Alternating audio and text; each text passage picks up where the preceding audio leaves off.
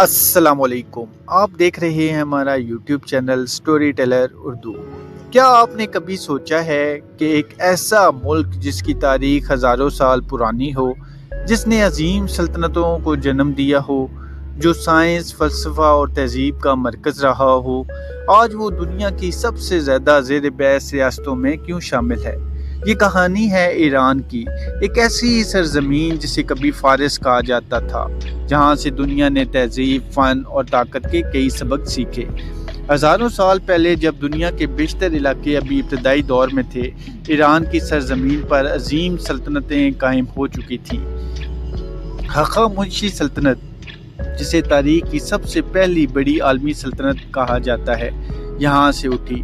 اس سلطنت نے نہ صرف مشرق بلکہ مغرب تک اپنی طاقت کا سکہ جما دیا۔ انصاف، نظم و ضبط اور بہترین حکمرانی کے اصول اسی زمین سے دنیا میں پھیلے۔ پھر وقت بدلتا، سلطنتیں آئیں اور گئیں، لیکن ایران کی ثقافت اور پہچان کبھی ختم نہ ہوئی۔ ساسانی سلطنت کے دور میں ایران ایک بار پھر طاقت کے عروج پر پہنچا، جہاں علم، فن اور مذہب کو خاص اہمیت دی گئی۔ لیکن تاریخ کا پہیہ ہمیشہ ایک جیسا نہیں رہتا۔ 7ویں صدی میں اسلام کی آمد نے ایران کی تقدیر بدل دی۔ ایرانی عوام نے اسلام کو قبول کیا اور وہ وقت کے ساتھ یہ ملک اسلامی دنیا کا ایک اہم مرکز بن گیا۔ یہاں سے ایک نئی داستان شروع ہوئی، علم و دانش کی۔ ایرانی سائنسدانوں، فلسفیوں اور شاعروں نے دنیا کو ایسے تحفے دیے جو آج بھی یاد کیے جاتے ہیں۔ طب، فلکیات، ریاضی اور ادب میں ایران نے بے مثال ترقی کی۔ یہ وہ دور تھا جب بغداد اور دیگر علمی مراکز میں ایرانی ذہنی اپنی روشنی بکھیر رہے تھے۔ مگر پھر ایک اور موڑ آیا۔ 20ویں صدی میں ایران میں ایک بڑی تبدیلی آئی۔ بادشاہت کا نظام قائم تھا، لیکن عوام میں بے چینی بڑھ رہی تھی۔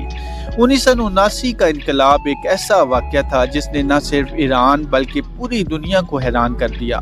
ایک بڑی عوامی تحریک کے نتیجے میں شاہی نظام ختم ہوا اور ایران ایک اسلامی جمہوریہ بن گیا۔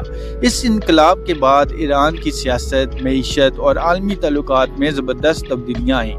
مغربی دنیا کے ساتھ تعلقات کشیدہ ہو گئے، پابندیاں لگیں، لیکن ایران نے اپنے دفاع اور ٹیکنالوجی میں خود کو مضبوط بنانے پر توجہ دی۔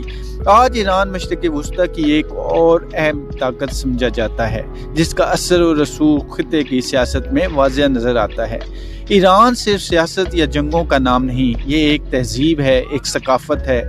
یہاں کے لوگ اپنی مہمان نوازی، زبان، شاعری اور روایات کے لیے جانے جاتے ہیں۔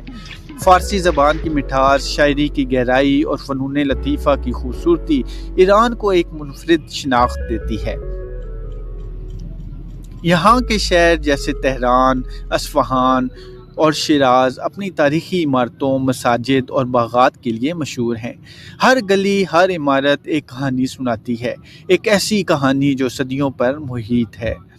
آج کا ایران جدید اور قدیم کا ایک دلچسپ امتزاج ہے۔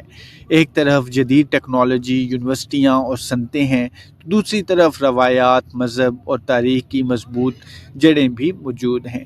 یہی تضاد ایران کو اور بھی پراسرار اور دلچسپ بنا دیتا ہے۔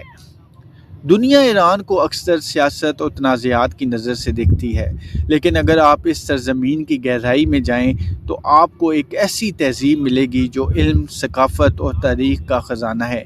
ایک ایسی کہانی جو کبھی ختم نہیں ہوتی، بلکہ ہر دور میں ایک نیا باب لکھتی ہے۔ تو کیا ایران صرف ایک ملک ہے یا ایک مکمل تاریخ، ایک زندہ داستان جسے سمجھنے کے لیے صرف دیکھنا نہیں بلکہ محسوس کرنا ضروری ہے؟